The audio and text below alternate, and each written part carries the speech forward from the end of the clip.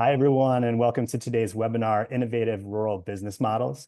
I'm Brett Schwartz, an Associate Director at the NADO Research Foundation. Thanks so much for being here for the second installment of our webinar series, From Vacant to Vibrant, Strategies for Rural and Small Town Renewal.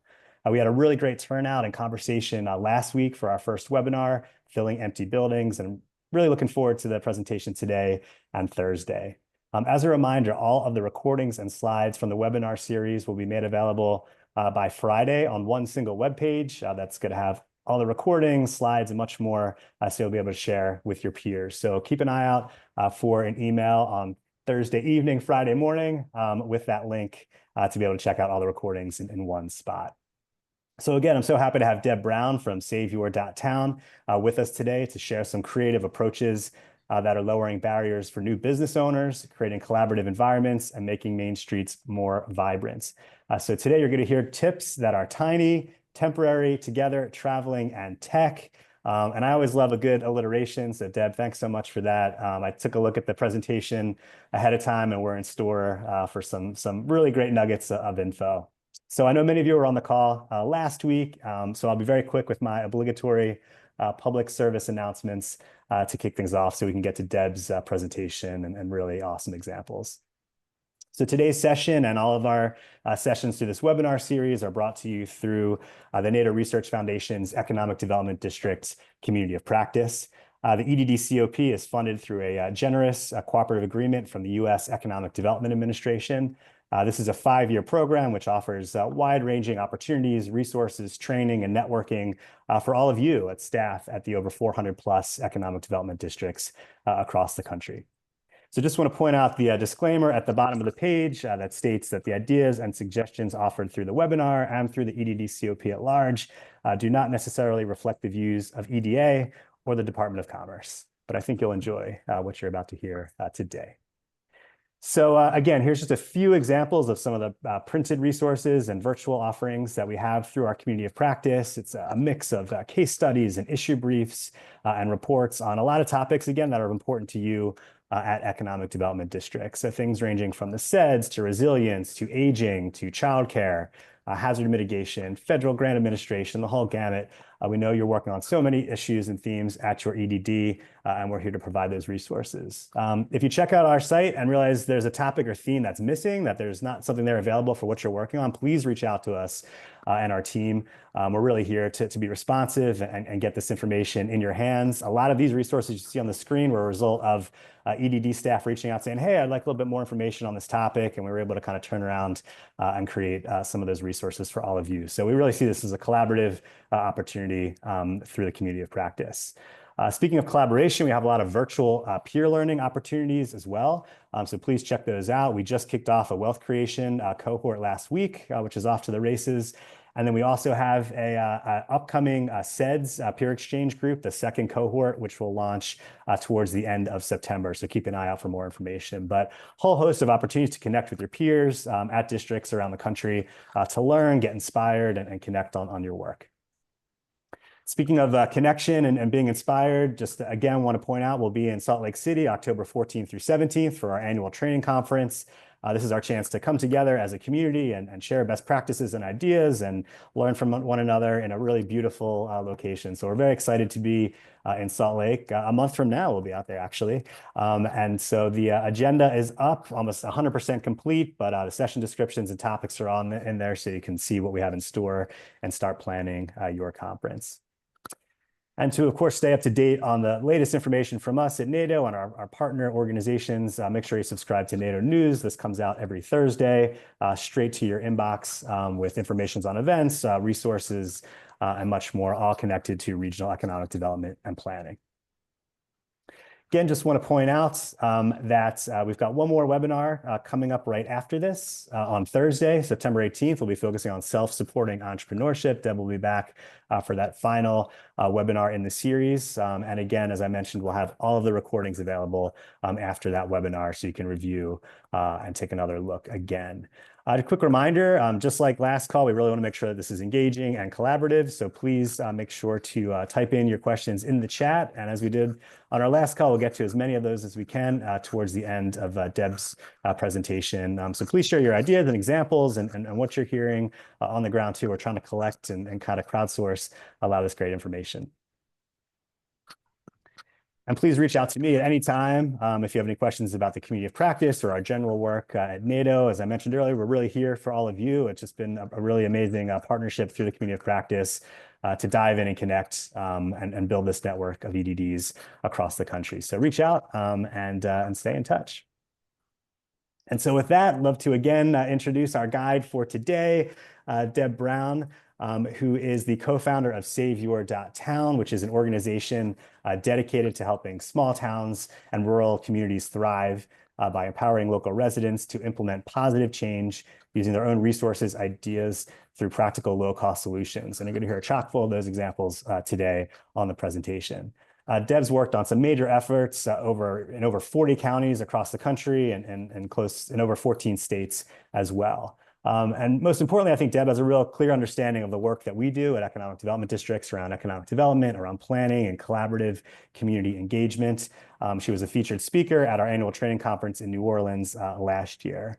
And again, want to point out she's also the author of this phenomenal book, From Possibilities to Reality, Save Your Small Town, with these uniquely doable ideas, projects, and success stories. So as with the last call and throughout this entire webinar series, a lot of the examples you're hearing are in the book, but there's so much more to explore, and it's really meant to be an interactive workbook for you to work with your team and your community to, as we say, save your.town. So with that, Deb, always a pleasure to have you. Looking forward to the presentation and running through those Q&As at the end. So I'll turn things over to you. All right, great. I will share my screen.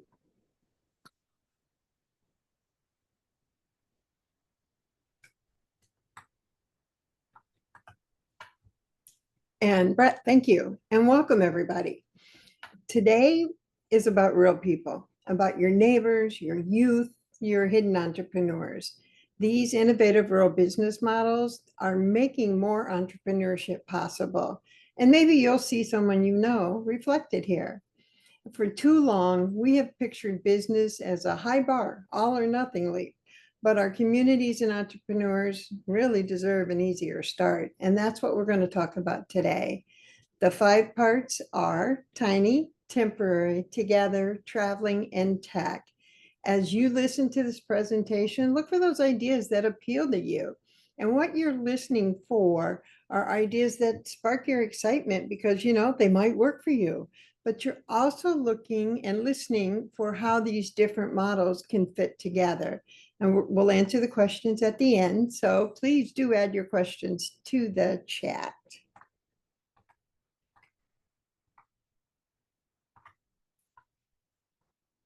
The innovative rural business models are more accessible to entrepreneurs than your traditional business formats. They are new ways of doing business that involve smaller scale market tests that can be adapted to any size community, 500 to 500,000. They effectively pull down the barriers to entry. Part of what holds potential new entrepreneurs back is thinking that going into business has to be this big, hairy, difficult, long project. You have to find a building, you need a product, you need funding, of course, suppliers, staff, and all of that before you even know whether your idea, your initial concept is actually sound. It does seem like it takes a lot of time, money, and work just to get into business. But what if, just imagine building some steps in between. If you could have just a few products and test them using a pop-up at a local event. If that works, try running a temporary business inside another business for a month or two. You'll learn a lot about what sells in your local markets right now. And if that works, maybe you could rent a small booth in a shared retail building. And the exciting thing, if something doesn't work, you can fix it and try it again because it's a small step. So from there, jumping up to starting a traditional store doesn't seem as hard. You've learned what people want to buy. You have established relationships with suppliers, and you're starting to gain a local following. And all these smaller steps just lift you up closer to jumping over that hurdle of starting the traditional business. And if you miss a jump at a smaller step, it's much easier to recover and just try something new. The purpose of the innovative rural business models, that's the purpose. They put you in a much better position to succeed or to fail in a manageable way. It cuts time and money off the process of getting into business. You can get started smaller with less money and less risk and no need for traditional financing. For those of you who are serving communities, these give you an easy way to add entrepreneurship promotion to your existing projects and activities. So it's not about starting new things from scratch. It's about finding and building on the small steps that already exist in your area. Let's begin with tiny. This man has a shopping cart for a store with a few signs. He's parked on a busy street corner and he's selling corn and maybe pork rinds too, looks like.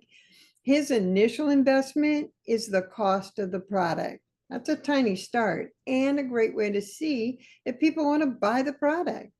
And don't even think for a minute that this is not an entrepreneurial business, because it is. It has the possibility to grow. Rather than expecting all businesses to start full size, it's much easier to start something small. We've all seen coffee kiosks and pop-ups, but it's an idea that we can extend to other tiny ideas. Starting small takes fewer resources and puts entrepreneurs at less risk from big failures. Now, Will, a middle school student, has this tiny business making bracelets. His first tiny test was at a festival in his hometown at a friend's booth. Didn't take much space at all. It's a tiny business inside a tiny business. Now, do these business models really make a big difference? Yes. I want to tell you the story of artist Rose Ellis. She used to rent a big loft space to work in and show her paintings. It was just too much for her to afford, so she had to let it go. Rose Ellis is another artist who rented just one tiny space in the window to display her paintings in Grand Rapids, Michigan. It was an empty building, and the owner, smart person, invited lots of tiny businesses to share the space. In an interview, she explained how important this tiny space, together with others, was to her. She said, "You couldn't get me out of here with a crowbar. It's the best business plan I never thought of. It has turned my life around." Sheds are a good step to trying an idea out before investing in a brick and mortar building. They're relatively inexpensive. It makes for a good option for incubating businesses that are just starting out. They're really easy to build or modify. They're portable, and they can be used for lots of purposes like workshops and offices, even retail space. This really makes them a versatile option for businesses of all types. So we're going to look at some examples. The old way of doing business was in buildings that match our downtown and are made of permanent construction, the hard way. These are artist shanties along Hyannis Harbor, Massachusetts, that are a popular tourist attraction, and they are just sheds. The businesses here are using the innovative rural business models of tiny, temporary, and together. They are used by painters, photographers, jewelers, and other craftspeople. They're open 7 days a week from late June until Labor Day, and they've come to symbolize summer. It's a competitive program by application only. In 14 seasons, they have hosted over 700 artists who have collectively sold over $1 million of arts and crafts. We like those numbers. Scott Mueller from Kingman, Kansas, population 3,000, had an idea of how to fill an empty building lot with grain bins instead of buildings and use them for tiny retail spaces. The bin yard was created. Each grain bin is available for rent daily, weekly, or monthly. And even tinier is a table in front of one of those grain bins. Now take a look at these kids. They're selling garden foods and farm fresh eggs from a table in front of their family's bin that was rented. Think of the lessons that they're learning, how to handle money, how to talk to people, how to be an entrepreneur. What a great learning experience. And this is just a tiny shed in a parking lot in Aberdeen, South Dakota, population 28,000, where you can get drive-through nachos. Nacho business. I love that name. Instead of opening a big restaurant, and the owner didn't even know if he had a product people wanted, he made his nachos in a shed on a friend's business parking lot. Tionesta, Pennsylvania, had a building burned down, and the block-long lot sat empty for 10 years. They were waiting for the next big business to come to town. Now, it's a tiny town, 500 people in the Allegheny Forest. One of the Economic Development Board for the county said, I have an idea. What if we put up garden sheds and rent them out? You know, like a business incubator. Another board member said, all right, fine, but put facades on them so that at least they match the rest of downtown. So that's what they did. Today, there are 11 garden sheds. It costs around $50 a month to rent one. There is a waiting list. They have a bakery pop-up, an artist, an American Doll clothing maker, a guy who makes fishing lures in the winter, a barbecue place, and more. It's now an attraction, and people come from all over to shop there. It's a destination. One benefit to these flexible business models is how they expand opportunities to people who couldn't consider starting a business the old way, with millions of dollars and years of planning up front. Pascagoula, Mississippi, population 22,000, had a shared retail space called Anchor Square. They filled an empty lot with a dozen tiny FEMA trailers for business spaces surrounding an open space for gatherings. Because they're together, again, it gives critical mass and enough reason for shoppers to visit. These tiny businesses have opened up opportunities to more of their people. Almost a third of Pascagoula's people are African Americans or Puerto Ricans who face extra obstacles and discrimination in starting businesses. More than 20% of Pascagoula's people have incomes below the poverty level, and they simply don't have the resources to start a traditional business. City officials said the tiny opportunities at the square have created wealth through entrepreneurship and seeded new businesses that have grown into full-size spaces in the downtown. And they support a pipeline of future businesses by holding market events where entrepreneurs can experiment with their business startup idea at a table or a booth just for a day. You can see how people can start without much money with a temporary table or booth, and if that's successful, move up to a tiny shop and then keep growing. The last 2 years, Anchor Square has sat empty. There's a new owner who heard at a city council meeting housing is desperately needed in the area. And the good news is the downtown is full. It's filled up with businesses.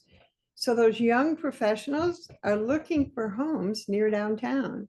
He is in the process of converting the units to 1 and 2 bedroom units. Gotta love it.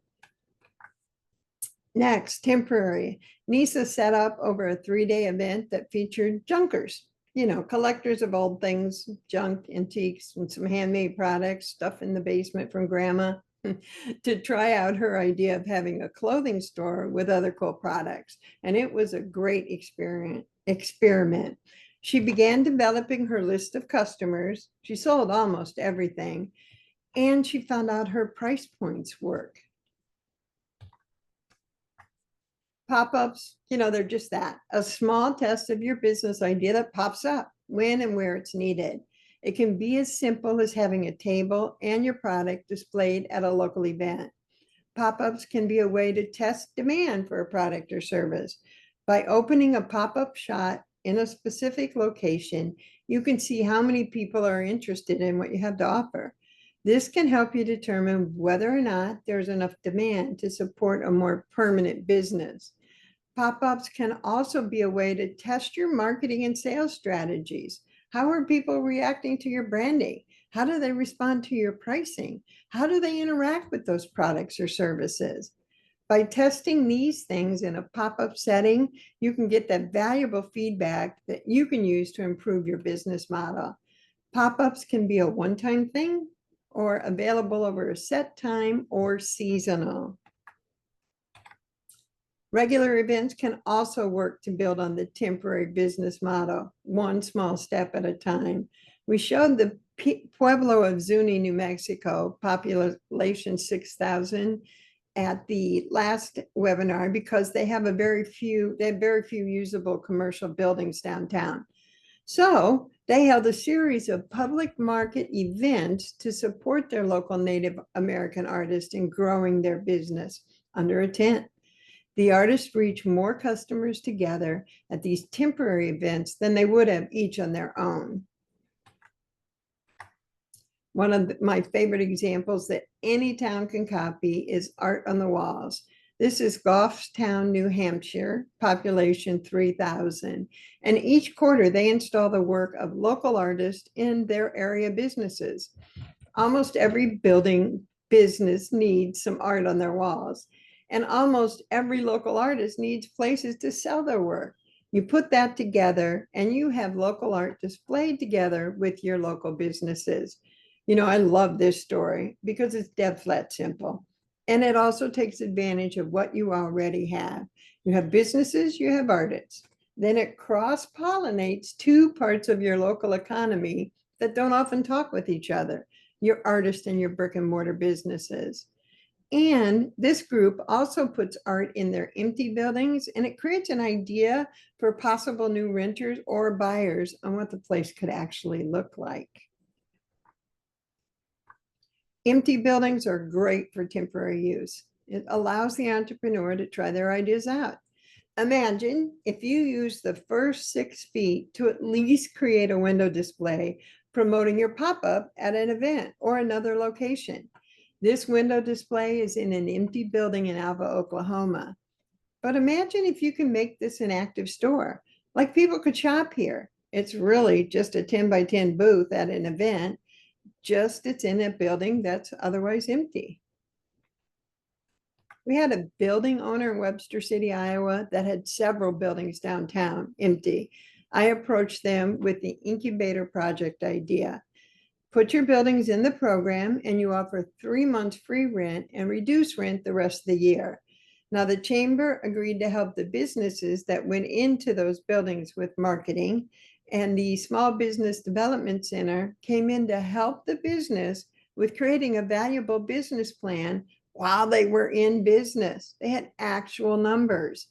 The benefits to the owner, at least their utilities were being paid by someone else. And we know every building needs love, and this provided that. Now, the business could leave at any time. Remember, they're testing out their business idea, or they could stay as long as they wanted. Did it work? Yes, it did. And we'll have some more on that later. New businesses used to need a lot of space. There was no way to run a business in 1 square foot. That is no longer true. One of our favorite innovative rural business models is shared spaces. The more business ideas that get tried, then the more entrepreneurs will have opportunities to learn. If they can try out an idea with a pop-up display in a beauty salon, they can learn more about what will work with local customers and gain that market intelligence. The high school seniors selling headbands this way is also a potential booth vendor at your next fair or festival, maybe even a possible future store owner. And at the very least, she qualifies as a local entrepreneur who is earning extra income for her family. Rather than focus on each business individually, start thinking about how to create a new business inside or alongside an existing building. This can be retailers that split a space, or making use of an extra office in a service business, or even nurturing a tiny manufacturer inside of an existing industrial business. Now, this is a flower shop in Roscommon County, Michigan, that also has another business inside that sells produce, gifts, and tea. Nice fit. TWISP works. These are mini shop spaces in Twisp, Washington. Say that 3 times fast. Population 1,500. They actually took over a former forest ranger station and converted this equipment shed into small shop spaces, including these being used by a blacksmith and a birdhouse maker. Now you can take your huge empty industrial building and divide it in 2. Then divide one side into small shops. You'll still have half of it for a big tenant. And if you're worried that you'll get that magical offer that would take the whole building, just write a get out in 30 days clause into the tiny space rental agreements. These can be used for makers, small manufacturers, crafters, craftspeople, and you can create shared working studios, workshops, or even garages. Back to the incubator space. One of the businesses that used that empty building was a Mexican restaurant. Now, the Mexican grocery store downtown wanted to open a restaurant in their building, but they were saving to buy an expensive commercial range hood. So in the meantime, they took advantage of the incubator program for 1 year. This gave them the opportunity to try different hours and foods to see what people liked. And they also got to train their staff. It worked out very well. Let's take a look at mobile businesses. Traveling. Mo's Gyros is located in Perry, Iowa, with a population of 8,100, and he's parked downtown. Now, Mo has been asked to work in the state capital and has refused. Mo likes being close to his family, providing something different in his town and having more regular hours. La Bamba food truck in Webster City, population 7,800, started one summer on the weekends with the food truck. It has done so well that it expanded into a small taqueria and a brick and mortar business with a drive-through that's open 6 days a week. Food trucks are a great way to start a trial business. Jacksonville, Texas, population 15,000, used a burned out building to make Charcoal Alley a food truck park. Many of the larger companies' employees can't leave to go to restaurants for lunch. There's no time. They can go to food trucks though. Rather than expecting all businesses to start in one place or be limited to tapping just one small town as a market, rural businesses can move around in their trucks, trailers, vans, or anything with wheels. And we've all seen the food trucks, but it's also retail stores and services and even professionals hitting the road to gain clients. This is a mobile laser tag game that was hired for an event in Cosmos, Minnesota. What fun we had that day. Services can also be tiny and traveling. Dog grooming can be tough to make profitable in a really small town. So to me, it just makes sense to travel to cover several small towns. Have your route. I love this example that was sent to us of a grooming service using a big blue dog-shaped trailer to travel around. You sure know what that is, don't you? It's hard to find a place that will sharpen tools and knives. Now, Leo knows that. He converted a mobile home into a sharpening service, and he travels around rural areas.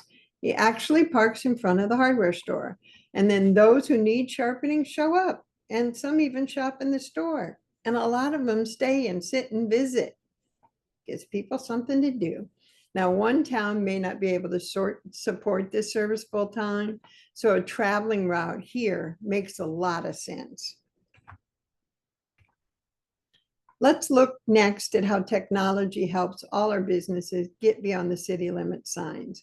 It's a new world and so many cool tech things are happening. Now, this is a group of industrial business owners. They're visiting a tech maker space that's in an old John Deere factory. It's a great way to learn how to use tools, both new and old, and be around other startups and learn from each other. These guys got to work with 3D printers, welding, they visited with other tech businesses, and they brought all these ideas home. Businesses can now effectively expand by using these tools and platforms. Brad Martin is a machinist. He had a little equipment of his own, and he thought it'd be a good idea for a product to sell. He had a good idea, and he called it the bottle grenade. It's a keychain, multi-tool, bottle opener, and fashion statement. He actually wanted to raise $2,500 to make this thing in his garage. And it's a tiny idea, and you might even think it's not a good idea. Doesn't matter. All that matters is that Brad took small steps and tested his idea. He was a pretty smart kid. He put his bottle grenades on Kickstarter, the online funding platform, and he raised $42,000 through advanced sales to people far from his hometown. Then Brad reinvested some of those profits and tried another idea. It's called the WTF, the wrench that fits. It's a combination pocket wrench, gear tie, pry bar, bottle opener, and keychain, and comes in 2 sizes. Now, Brad went back to Kickstarter and he raised $85,000 with his WTF. This guy's a natural entrepreneur. He's also kind of lucky that he had a garage and some equipment like a CNC lathing machine of his own and a little bit of money to buy materials. But imagine how many more Brads are out there selling online, and they aren't all as lucky. If you could get them small spaces to work in, maybe some shared equipment, boy, you'd sure be pulling down some of the barriers to entry there. And while we're on tech, there's a lot more tech-enabled businesses out there than you might realize. And you can find them on product sale platforms like Etsy and Shopify, or service platforms like Upwork and Fiverr. Right now, small town people are working part-time or full-time as web designers, writers, programmers, creative artists, marketers, consultants, virtual assistants, and more, and using technology to reach bigger markets. And they are entrepreneurs. Now I'm going to tell you a story of a young man who had an idea. Meet Sean. Sean made the best kettle corn in the world. He'd cook up a batch on his stove in the house and invite his friends over. They liked it so much, they told him he could sell it. It was so good, we called it kettle crack. Sean got a big pot and figured out how to use it to make his kettle corn in his front yard. He'd cook it up and then send a group text to all his friends, bring your $5, the crack is ready. Texting. There's the tech portion of the innovative rural business models in tiny. It wasn't very big and really at first just for his friends, and he made a few bucks. Now he got pretty good at it and built a stand in his yard, and he grew his business. He added another product, lemon shake-ups. He also spruced up his stand and made it portable so he could sell at festivals around town. He was together with other small businesses at pop-up events. Now he was making better money and his family started to work with him. People started calling him and asking him to set up at fairs and festivals and events on a regular basis. He figured he needed a trailer as it would be easy to travel with that setup, so he built one. Now, every weekend in the warm weather, he and his wife, and sometimes the kids, traveled all over the region selling kettle corn and shake-ups. He now had a real traveling business, but that business was kind of non-existent in the winter months. So they put their heads together and came up with another idea. They wanted to sell soup and sandwiches from the trailer in cold weather. They asked the city if they could set up on the corner of a busy intersection in the park on the weekends. And to their credit, the city said yes. The hot sandwiches were a huge hit. The soup was not popular. It was good soup. It was just too hard and hot to handle while taking it to your car. So they stuck with sandwiches, and they sold some coffee too. This was temporary because it was a seasonal part of his business. He also was able to test his idea, find out what worked and what didn't, and created a business plan with real numbers from real sales. See, Sean now wanted a brick and mortar business. They liked coffee quite a lot, and the local coffee shop was for sale. He came to my office. I was the chamber director, and we helped him create a business plan based on his experience with current sales. We also put him in touch with the SBDC and the SBA to help with getting financing. And he bought the coffee shop, where he also sells kettle corn, has a local winery that he has their wine for sale, and he sells sandwiches and soup. Now consider, who do you know that has a small idea or is an entrepreneur that could make use of the innovative rural business models? Short and sweet. Thank you for attending today. Let's have a few questions. Wonderful, Deb. Thank you so much, as always, for these incredible examples and just really showing the possibility out there in our communities, large and small.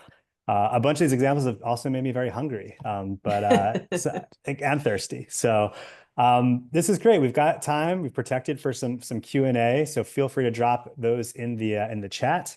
Or any comments. It was great to see some resources shared and comments about Market Village in Pennsylvania, which is a really phenomenal example to share. And Deborah, great, right on time here. So let's see this question from Deborah. It says, what do you recommend doing to check local business laws allowing temporary sales?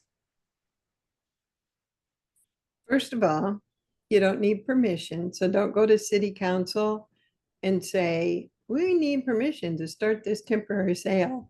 If it's food that you're dealing with, you want to call your state food inspectors. If you call them ahead of time, they're really great at giving you information and even coming to town if you need them to. I'm going to stop the share so I can see people. Oh, there's a bunch of you here. Most people are a little nervous around those food inspectors, but I found they're really great at giving you the information you need.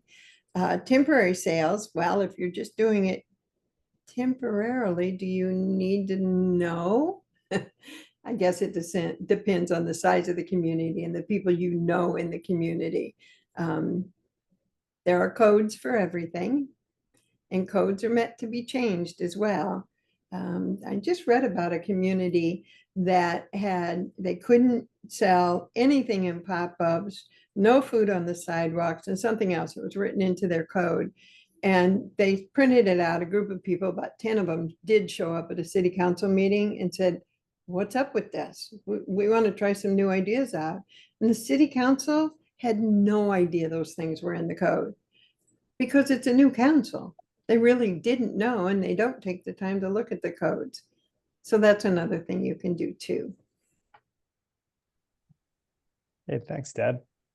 Yeah, so feel free to drop in those questions in the chat. And I'll just say, Deb, as you're presenting on the kind of together models, it reminded me of an example in my neighborhood that has a kind of small repurposed warehouse space that all under one roof has a coffee shop, a barber shop, an optometrist, and a card store all within the same space. So you can essentially get, a day's worth of errands completed, under one roof. And obviously there's that kind of open kind of gathering area that's connected to the coffee shop for kind of conversation. So it's a real community space, again, in a repurposed warehouse kind of industrial site. So you can certainly, those spaces, you walk into a space like that, you feel the energy, right? Because there's people there for all sorts of different reasons, but all kind of sharing that same location. So that opportunity to kind of bump in to each other. So great to see that in action. Just down the street from me here. We were in Great Falls, Montana for the Rural Conference recently at the end of June. And we had a after hours meeting at a bar downtown, lovely bar, Annie's Bar, I think is the name, Annie's Tap House. But also in the same building across from open area, right across from them was a coffee shop with seating area provided. And as you went further back, there was a place you could buy cheese of all things. And they had charcuterie boards. So the bar could sell charcuterie boards when the cheese place was closed. And then further back in the building was a meeting space with a commercial kitchen. It was a great use of space. I had tons of ideas, and you can see that cross-pollination, how they could all work together. Shared spaces is always a winner. Always. Yeah, and Deb, I know we were talking on Thursday more about kind of self-supporting entrepreneurship, but would love to dive a little bit into that, kind of demystifying the idea of the entrepreneur, because we saw so many great examples of them featured today. And I'm kind of curious, do you think a lot of these folks would see themselves as entrepreneurs? Does that term kind of resonate, or do they see themselves as something else? And does it really even matter? Ultimately, it's about kind of having an idea and kind of building a vision and putting that into action. But do we get caught up maybe with some of the language about entrepreneurship and small business, when I think ultimately what you're saying is if you have an idea, you can make it happen? So I think the people that are doing this, a lot of them have other full-time jobs, and this is kind of a side hustle for them. But still, they, in my mind, are entrepreneurs. And I know for a lot of chamber directors and economic developers, they consider them entrepreneurs. And that whole entrepreneurial ecosystem is a big buzzword these days. But if you look how you can expand that ecosystem to include these part-time folks, it's amazing what can happen with your empty buildings. Because if they start with that idea, some of them eventually will go into an empty building. So, it depends on where you're at and who's talking, I guess.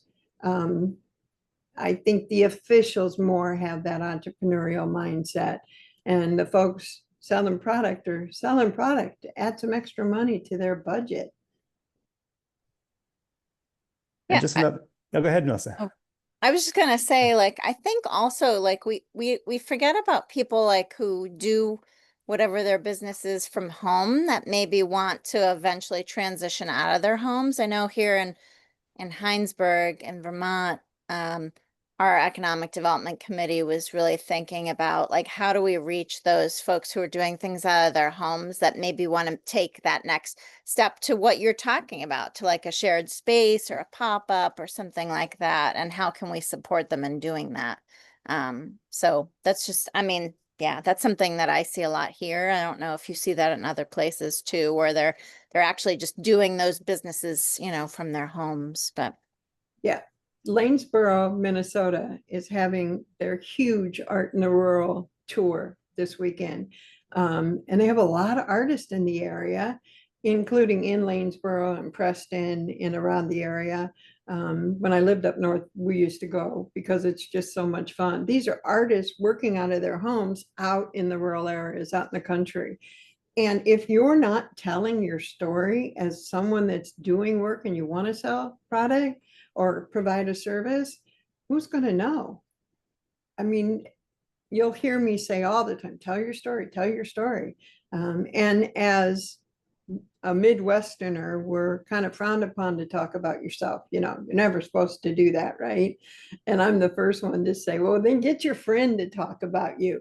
Somebody do something. And this is what social media can be really good for. Put the word out there. Just ask, who knows some local artists? We'd like to have a gallery opening with our local artists, just a one-off event, and see who answers and make it happen that way. The same with small scale manufacturing. That's where Brad fit in. That's what he was. And there's more people, there's people making parts for combines out in the rural. There's all kinds of stuff going on. You just have to find them. And you do that by asking. Thanks for that, Deb. And Melissa, thank you for your comments. And apologies for not introducing you earlier. Melissa's been dropping some resources in the chat. But more importantly, she's much more than that. She's our wealth creation specialist here at NADO, has just a wonderful amount of resources that we have through the community of practice on wealth creation, which has just tremendous kind of intersection with a lot of the themes that we're talking about on this webinar series this week. I'm looking, yeah, there's some comments in the chat, which is great. Josiah, thank you. Yeah, not successful. That's why you use small steps to see if it works or not, right? And revision to the business plan. That's the other thing about that I'm always happy about. Sooner or later, if you're going to go to the bank to borrow money, you have to have a business plan. And if you're already tracking all your numbers, it's so important to do that because you've got your business plan. You're already able to go in and say, hey, I've been doing this for 2 years and X amount of money, X amount of product. Here's what I've got. It does make the ask a lot easier. Jenna has utilized our city-run local farmers market as a small business incubator. Ooh, I like that. Jenna, where are you at? You can type it in the chat room if you want, or just come off the mute and tell us. Or not. Looks like Johnstown, Pennsylvania. Johnstown, Yeah. Pennsylvania. Okay, excellent. That's a Yeah. good idea. There's maybe some furniture makers up your way. Could be. And Josiah again commented that the small steps really help to manage risk, just enough to allow for those multiple chances to succeed. Farmers market is such a great idea. Small housing opportunities. Oh, Nancy, she asked, you mentioned some small housing opportunities. Will you speak about these a bit more? Boy, that's a really big subject. What I know for sure about housing, it's a problem everywhere. It was the #1 challenge on our survey of rural challenges for the last 10 years. Every year that came in first or second place. We need more houses. A lot of communities are starting to allow ADUs to be accessible. What units? Development units? Stands for something. Anyway. Accessory dwelling units, I think. Thank you, Melissa. They're using it for their elderly parents to stay close to them in their house, or to try maybe a little business. They could do that kind of thing. In Webster City, there were quite a few empty lots that were 750, smaller than 750 square feet. And in the city code back in the 60s, they wrote that you could not build a house or a business on 750 square feet. And I asked the previous mayor, why is that? Come to find out, they were having problems with getting single wide trailers that people were not taking care of it. They just looked really awful. So they figured they'd get rid of that and write the code. Please don't do it that way. Work with your people, right? There is some funds out there for housing. It's just a matter of finding them and working on making that happen. Yeah, it looks like Ryan is off mute. Ryan, I'm not sure if you're hoping to jump in the conversation. And you went back on mute. Okay, sorry to scare you off. But if you have any ideas, feel free to drop those in the chat. And Deb, we've just got a few minutes left here too. Any final kind of thoughts or reflections? I asked you to do this last time too. If we could get maybe a little teaser on what we'll hear on Thursday about self-supporting entrepreneurship. And I know I think there's been kind of threads running through all of these 3 webinars by design, but what we can expect to hear from on Thursday. You know, I've been working on that presentation and I'm pretty excited about it. We're going to talk about the old way of doing things, the way that we all know, and how to overcome some of those challenges by doing things the old way. We'll talk about how entrepreneurs can support each other. We're seeing lots of working together examples where they're getting exactly the kind of advice that they need versus advice people think they need. An example that I can talk about here that I didn't talk about, I won't be talking about there. In our survey of rural challenges, rural people said they needed more help with usable buildings than they did with business plans. And I found that really interesting because the people offering the help with business plans are really working hard, trying to do their best to help people, but they're not in the community. They're not talking to the right people to find out what the community really needs. So as you're trying to, it goes the same thing here, as you're trying to get more people into business, figure out how to lower those barrier to entry, like they did in Pascagoula. I love that they used old FEMA trailers.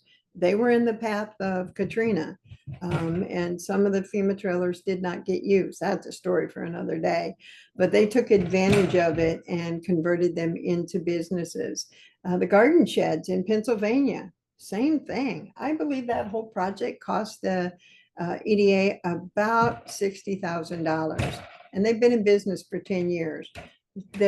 It's amazing. They've recouped that, obviously, and they've helped incubate new businesses along the way. Home Share Vermont is an interesting organization matching those with too much space with those needing housing for mutual benefit. I'm going to have to look it up. I don't know enough about it. Thanks, Melissa, I'll ask you. You're our Yeah. Vermont person.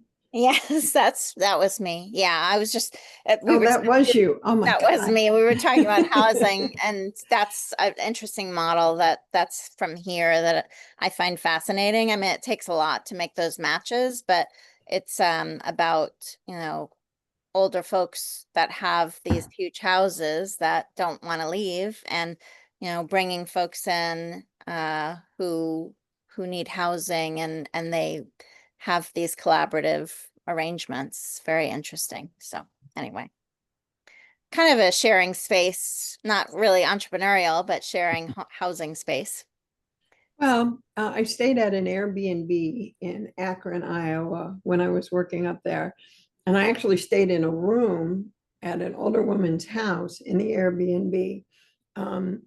Excuse me, I had my own bathroom, which was great. But I got to spend some time with her, and she cooked for me and just was lovely.